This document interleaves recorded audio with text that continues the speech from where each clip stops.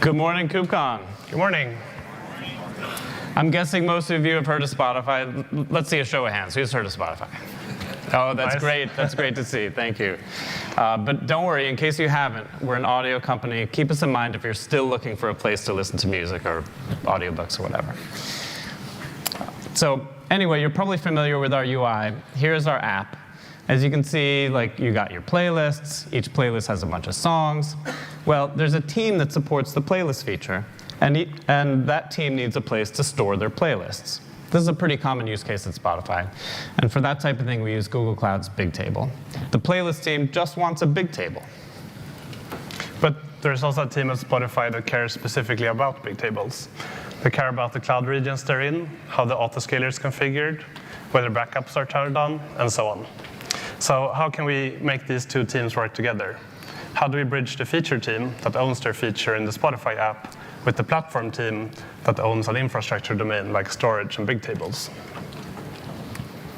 That's what we're going to talk about today, about our resource management platform and how it makes sure that feature developers like the playlist team get the resources they need and that those resources are managed according to the platform developers like the storage Bigtable team that care about those resources.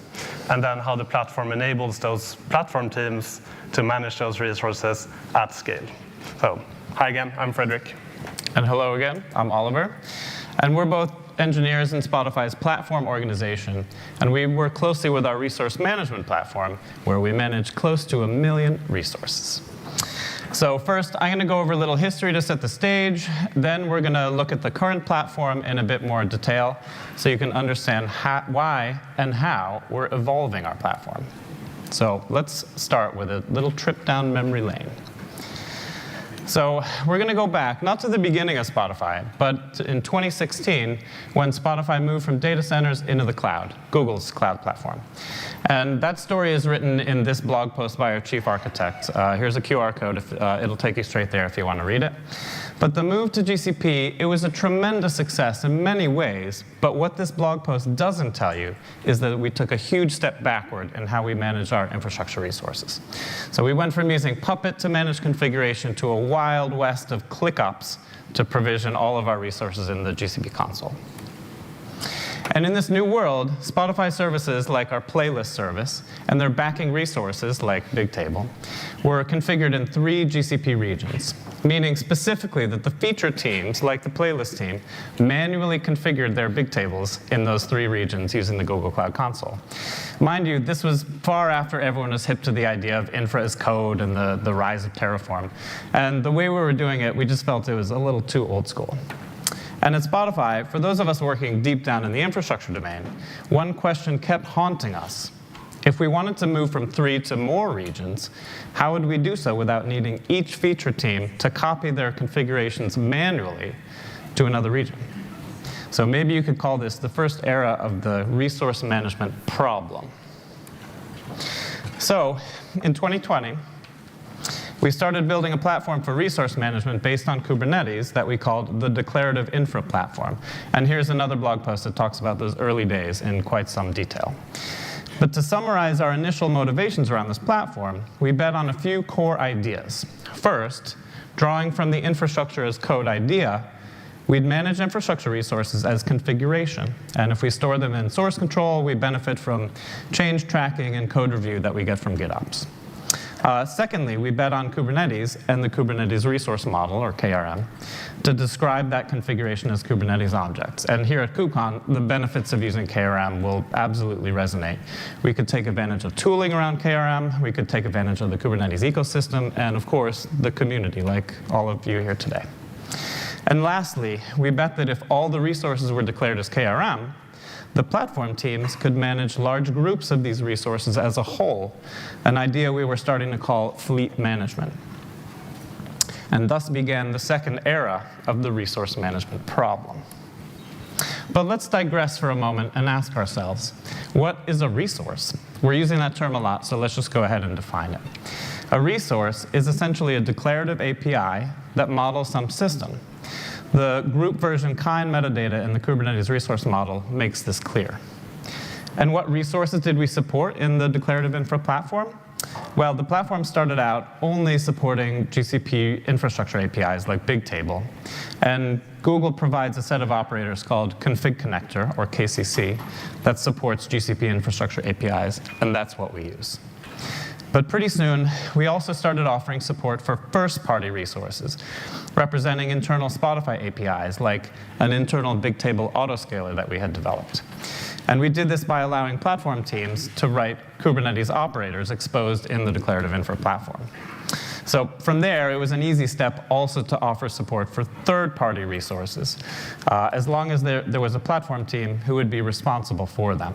So one example here is Flight, the icon that we have, the Linux Foundation project. And we have a platform team that manages some Flight clusters, and those user configurations are exposed also through the Declarative Infra platform.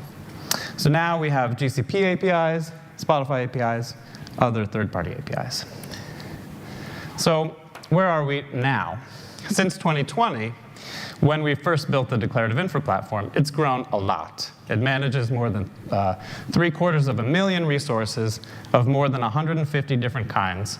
And we have 15 or so platform teams who care about those specific kinds of resources. That's pretty big. But unfortunately, we spent most of those last 5 years stuck in operational work trying to handle the scale. So we saw scaling issues in the Kubernetes API server, which prompted us to move from one cluster to a bunch of clusters. Then we needed a workload assignment API to figure out which cluster your resources were in. It turns out that managing resources at this scale is hard.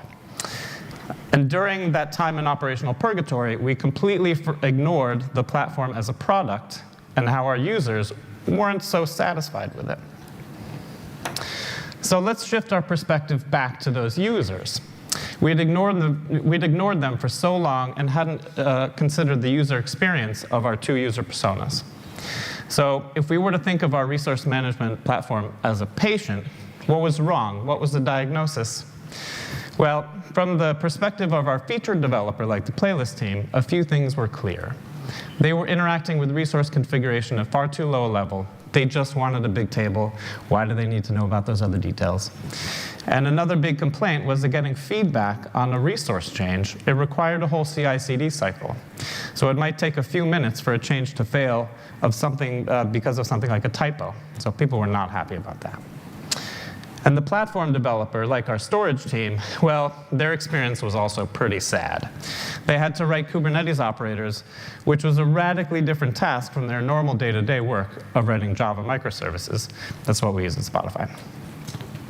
And being bogged down by those implementation details, they never managed to design good experiences for the feature developers. So at this point, you might be getting the feeling that we're not really satisfied with the platform. So that said, I'm super happy to report that we're no longer swamped in operational toil, and we've had the last few months to breathe and consider how we'd like to address our sick patients. So following up on our diagnosis, we developed a strategy for how to evolve the platform, and we'd like to share a bit of that strategy and how we see the third era of the resource management problem unfolding. So from our strategy, I want to focus on two principles that we made to guide us. The first is the idea that the platform should take the pain from our platform teams when writing platform extensions. So platform developers, they shouldn't need to engage in the operations of an operator. And they should have higher level tools so they can solve higher level problems. Just make that experience better. And our second principle is the concept that resource management should be ubiquitous and be ever present in the developer surfaces where our developers actually spend their time. So in the diagram, you can see that we already do have some integration with Backstage and GitHub Enterprise. But what about the IDE? Would developers like to manage resources in the IDE? Or maybe be able to use AI agents on their behalf? And I even forgot to put Slack in this picture, but clearly. So of course feature developers want this. Why interrupt your flow just to manage resources? So we also think that these two principles together provide a positive flywheel effect. So with higher level tools, platform teams can create better experiences, making the feature developers happier. And the feature developers, now they can manage resources where they spend their time, they'll demand that more systems be exposed through the resource management platform. So I've told you a lot about our thinking at this point, and Fredrik's going to tell you more about our actual plans. Yep. I'll start by diving deeper into platform extensions, or how platform developers can extend the resource management platform and add their own products and capabilities. And what does that look like? It's Kubernetes. Surprise. Platform developer creates a CRD, and this CRD represents some product, typically representing another platform. I'll continue with the Bigtable example. So there's a Bigtable CRD representing Bigtable in GCP, and similarly for our own first-party platform products. So a feature developer wants to create a Bigtable, and they create a Bigtable CR next to their code. Through GitOps, the CR is applied to the cluster, and then a controller realizes that CR into a Bigtable instance. The concepts I'm going to talk about next are, in the end, just controllers. And our first-party controllers are implemented with Kubebuilder. Over the last 5+, almost 6 years now, we've observed 3 distinct patterns for extending the platform. Abstractions, they focus on intent. So let's take a high-volume global service, for example. Should that really have to specify all regions, and how many are there? 3, 4, 5, 6? While ensuring at the same time that those are the correct regions that Spotify is present in. It's a case where an abstraction makes sense, and that is but one example of many. Hiding configuration from feature developers means that the platform developer gains control. Compositions are a type of abstraction, but over multiple resources. And a composition can, of course, consist of other compositions, creating a sort of tree-like hierarchy with improved ergonomics for each level. For the majority of feature developers, the highest level of abstraction or composition is the best fit. The third pattern here is calling out an external API. It can be a first-party or a third-party API. Most commonly at Spotify, it's either a Spotify platform API or by using K2C to interact with GCP. Kubebuilder is extensible and powerful, but as we've alluded to, it's not the right fit for platform developers at Spotify. Platform developers struggle with dividing their time between Java services and this black sheep service written in Go, deployed in a totally different place, and while also having to care about Kubernetes API machinery. And it turns out that that's not a great use of developer time, and it scales poorly organizationally. We see many symptoms of this being a real problem. Not least is that controllers are owned by individuals, not teams. Greenfield development has a steep learning curve, but it's not unreasonable. Brownfield development is where we've observed the most pain. All skills related to operator work need to be relearned. And that's true for virtually all the teams at Spotify that own a controller on the platform.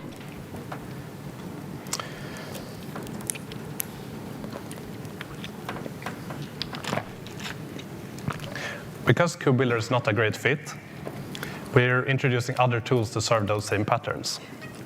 And those tools are Kro and K-pop. And they implement the aforementioned patterns, and together we think they'll replace our usage of Kubebuilder. So let's start talking about Kro first. It's an open source, no-code solution for managed abstractions and compositions. It's already been mentioned in more than one talk, and 2 of the maintainers, Jesse and Amin, had a talk about Kro on Monday's Platform Engineering Day. You should check the recording out when it's available. Creating an abstraction or composition in Kro boils down to declaring a custom resource and using common expression language to refer to fields in the set of resources. That creates a DAG that then Kro orchestrates. At Spotify, we have a successful abstraction composition called Spotify Bigtable. It hides more than 200 lines of YAML and turns that into 30 or so. And it took multiple software engineering months to get it right using Kubebuilder, which much effort spent with various Kubernetes concerns like status conditions. Mind you, this was that team's first foray into writing operators or controllers. I experimented with building an equivalent in Kro with some assumed future functionality that's not in place yet. And that took a day.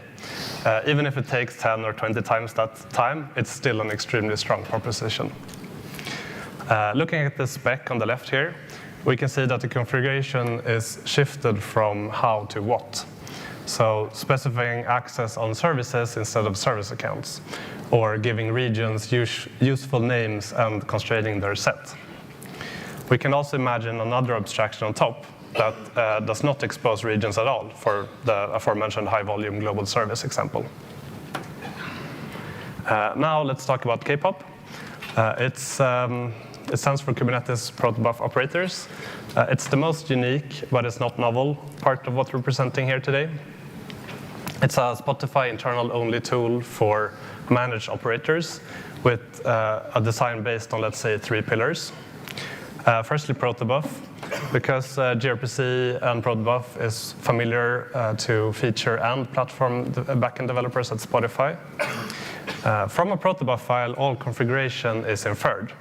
So that's everything that's necessary, including the resulting CRD, even webhooks, and deletion behavior. Secondly, CLI, which enables local validation and communication with the gRPC service using KRM instead of Proto. And it also enables test fixtures. Platform developers can work in Java and easily debug a reconcile cycle using their favorite editor and not needing access to a cluster. And finally, a managed deployment. The platform absorbs the operational complexity for controllers by running the controller itself. And let's take a brief look at what it looks like in practice. The package and the name here in the proto file and the name of the message are translated into API version and kind, respectively. The K-pop controller runs in the cluster and watches for resource updates.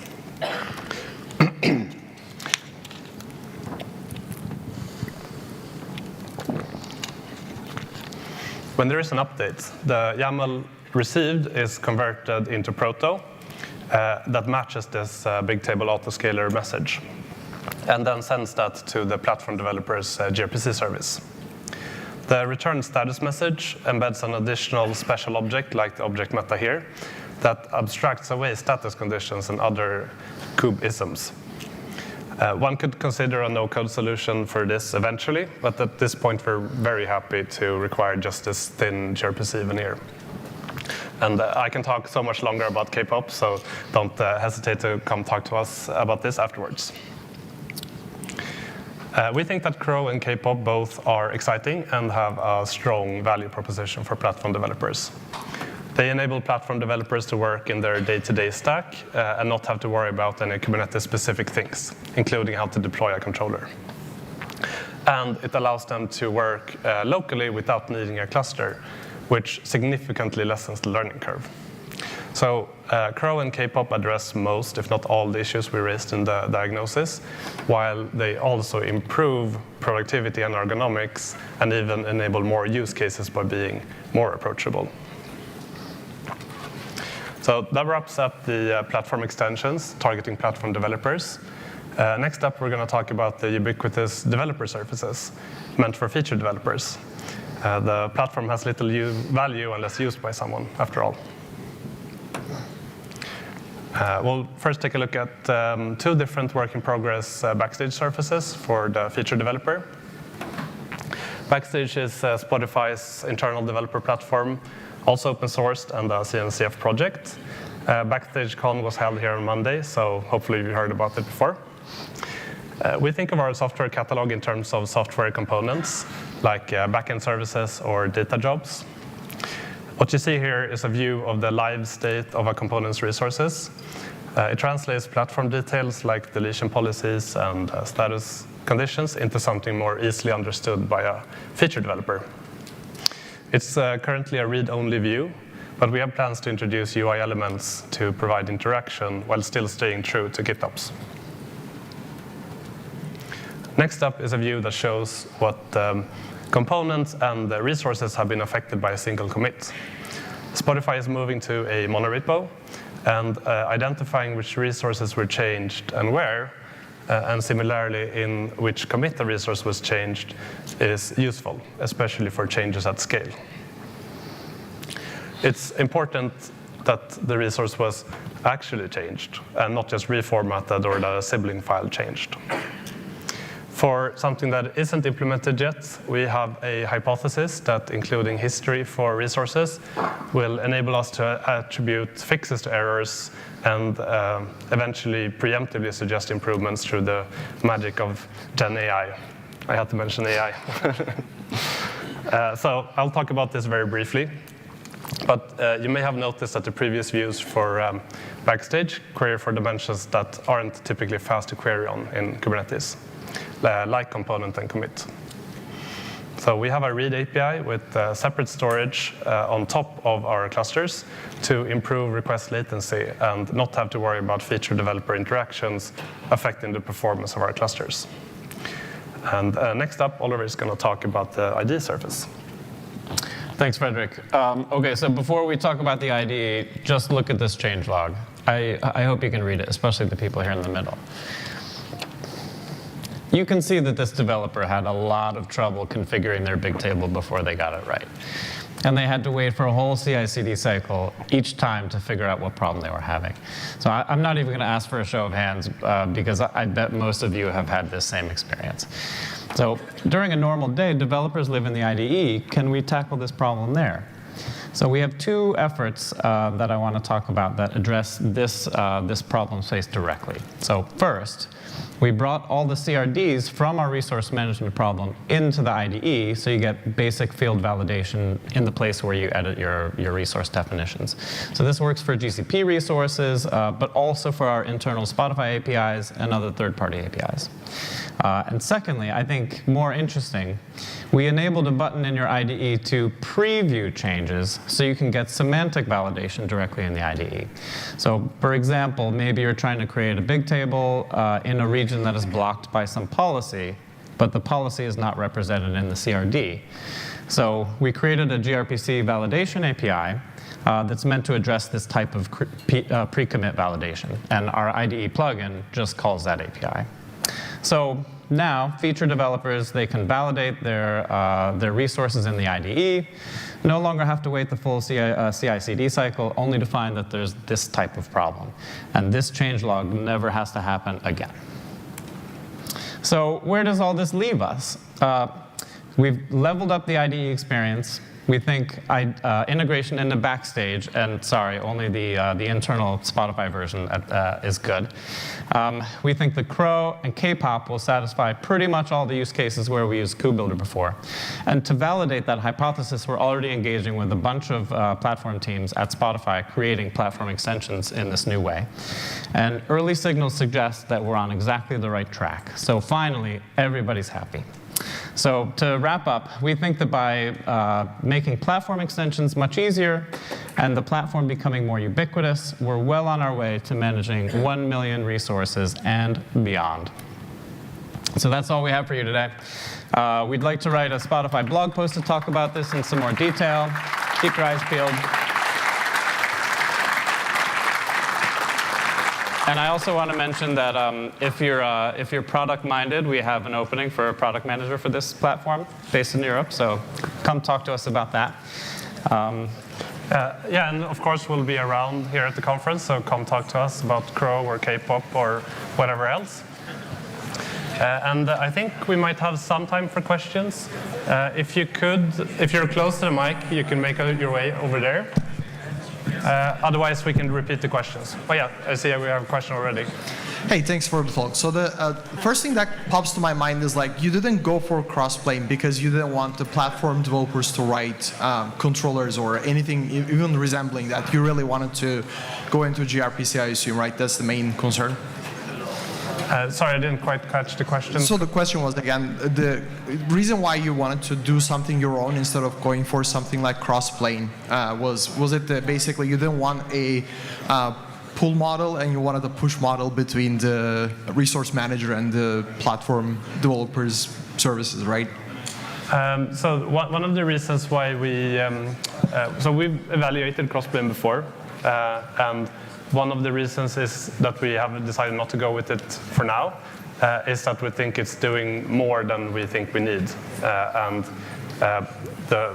One of the advantages of K-pop that we see internally is that we can be a lot more opinionated on some ideas that we have and some Spotify-isms that need to be upheld. Yeah, and go ahead, please. I was just going to add a little more context. I think it's also fair to say that the time we would have considered cross-plane instead of KCC was 5 years ago, and I think they were both in very different states at that point. And I mean, Spotify has a very close relationship with Google, so they were helping to. They were very willing to help us closely there. So. Makes sense. Thank you. And do you do anything special for control plane scalability, like de-risking failure of a single control plane, putting this many objects on a single control plane? Yeah, so we've sharded our clusters by namespace. So we have 7 clusters, and each tenant is a namespace. And then we have a sort of workload assignment service that does basically a round robin to select the clusters. And I think one other aspect as well is, like, again, because we have a very close relationship with Google, they recognize that these clusters are very abnormal in terms of performance. Like, there's many resources but very few workloads. Yeah. So we work with them specifically to get them to bump up the master size to the very maximum. Hi. I was wondering, how do you guys handle rollbacks in IAC to make sure that, for example, I create a table and then I need to roll back a change. Would it destroy the table? Does it converge? So for tables themselves, we don't manage them declaratively just because of those reasons. So we manage the instances themselves, and the set of configuration that we have observed can be rolled back. Things like resource counts and cluster distribution, different regions, and so on. So in the example of the change log, right, that had a bunch of different changes. Say I am the developer, and I keep doing that, and say I create 10 different tables. How do you handle the cleanup of all these zombie things that people leave behind? That is getting automatically cleaned up through GitOps. So whenever you delete something from there, or like you rename it, that's effectively a create and delete. So then we don't get all of those zombie resources. Got it. Thank you.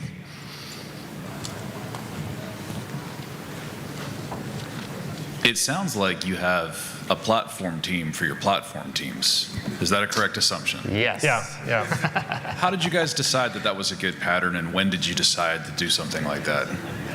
I mean, it was in response to the issues that we saw with all feature developers having to do ClickOps across the company, and then figuring out, like, how do we platformize this?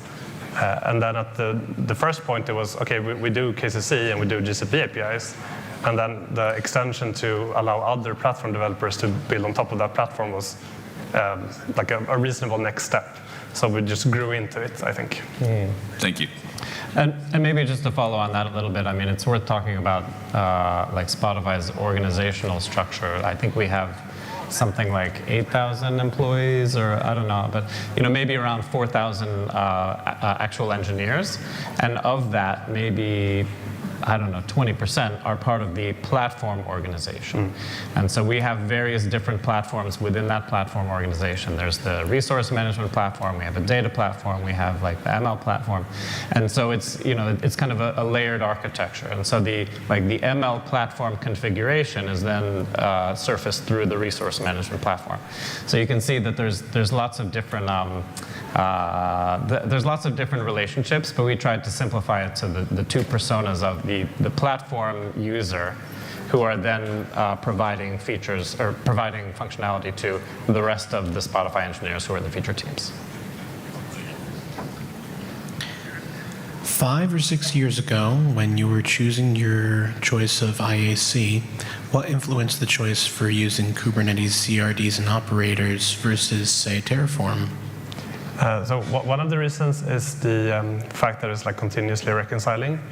And another big reason is the configuration as data. So at the very start, we had in mind that we want to be able to support this by doing changes at scale.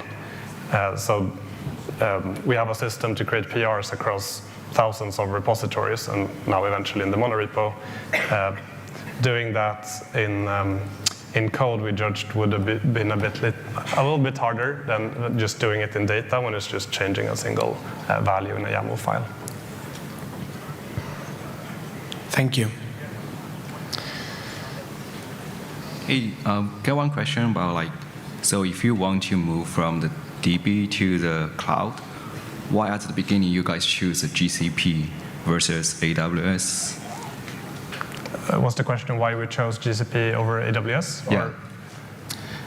I think maybe for that one, I would refer you to the blog post written by our chief architect. But if I were to choose one thing, I think it's that Google kind of Spotify bet on the underdog, and Google came to Spotify and said, "Would you like to be the Netflix of Google?" Because Netflix was the poster child for AWS, and Spotify was basically being offered the chance to be the same for Google, and I think that paid off quite well. I mean, we have a very close relationship with Google. We've also seen Google go through a lot of growing pains as well. So there are many trade-offs. Gotcha. And I have another question. Because your company is actually migrate from the DB to the cloud, and I'm pretty sure at the beginning it's going to be pretty hard for the developers to get used to the cloud. How are you guys actually? So before you have all those kind of platform tools, how are you guys actually dealing with interaction with some questions or all those kind of issues raised by the developers? So is the question how we're supporting the users of the platform? Yeah, yes. So we have a huge Slack channel where we're supporting the users. And one thing that we are sort of struggling with is allocating the users to the correct supporters. So right now, our team, the platform of platform teams, gets most of the support requests, and then we sort of manually forward them to the correct teams that own the specific resource. And that's something that we have plans to add as tags in Backstage, showing when you look at the resource, here's where you should go for your support in Slack, for instance. Gotcha. Thanks. I think we have time for one more question, so go ahead. I guess maybe we don't have time for any more questions. Sorry. Come chat with us. All right. Thank you, everyone. Thank you.